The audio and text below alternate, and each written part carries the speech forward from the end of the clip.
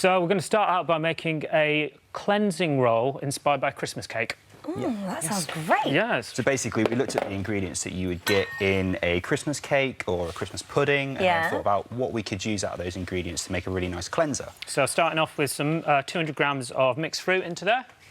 Right, God, so this really is like how you'd make a Christmas cake. Yep. A teaspoon of mixed peel and a teaspoon of mixed spice straight into there.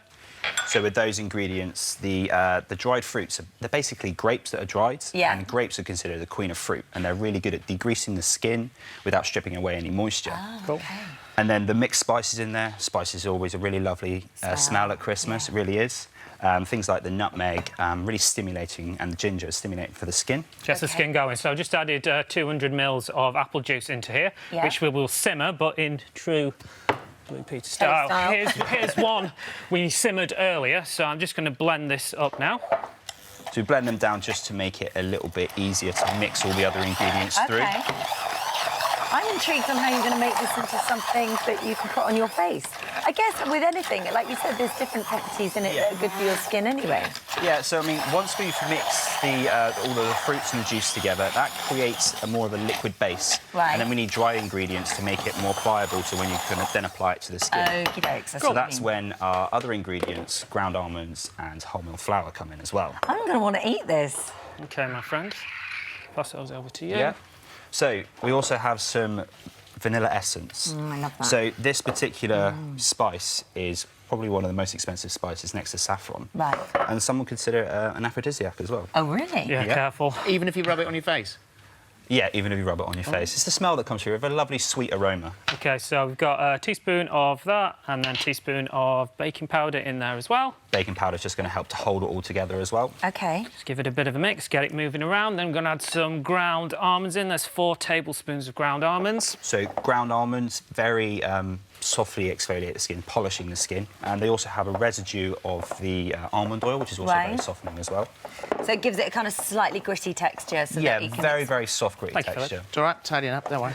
OK, and then 200 grams of wholemeal flour into there as well. Right. That will start to absorb the apple juice and also the rest of the liquids, that creating that texture that we need. Wow, I didn't know what I was thinking you were going to do today, but I didn't think it was going to be quite so edible. Well, yeah, I mean, it's good. It's always there's a lot of ingredients that you can use. You know, it's really natural and it's got no nasty chemicals in it. Is there sort of scientific fact here?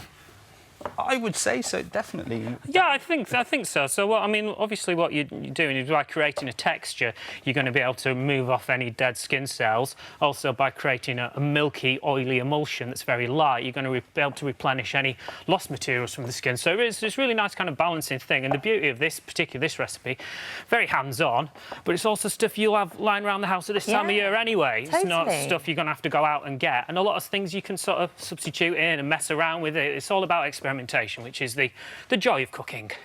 I like the fact it's so simple. I thought it was going to be a lot more complex. Well, I mean, it is basically the idea of it is using any of the ingredients you might have left over from making your Christmas cake or your Christmas pudding. You could then use it. Okay.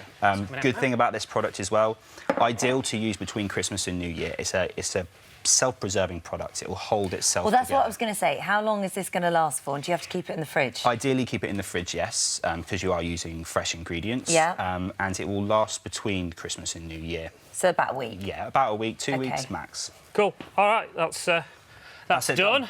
So, And how do you use it? So, what you need to do is just take a piece off, and then we just need some water, which is behind us. And then you just rub it into your hands. And then the idea of what you want to do is apply it to the face, really concentrate on the forehead and around the nose. Yeah. But what we're going to do, we're just going to put a little bit on your hand. So you're going to do it on the back of your hands. Right. And then just going to rub it in. And then what you would do is just massage it into the skin. And then this is going to exfoliate a lot of the dead skin cells off as well. Myself here. And then you get the smell of the nutmeg and the ginger and all the different spices come through it as well. So it really smells.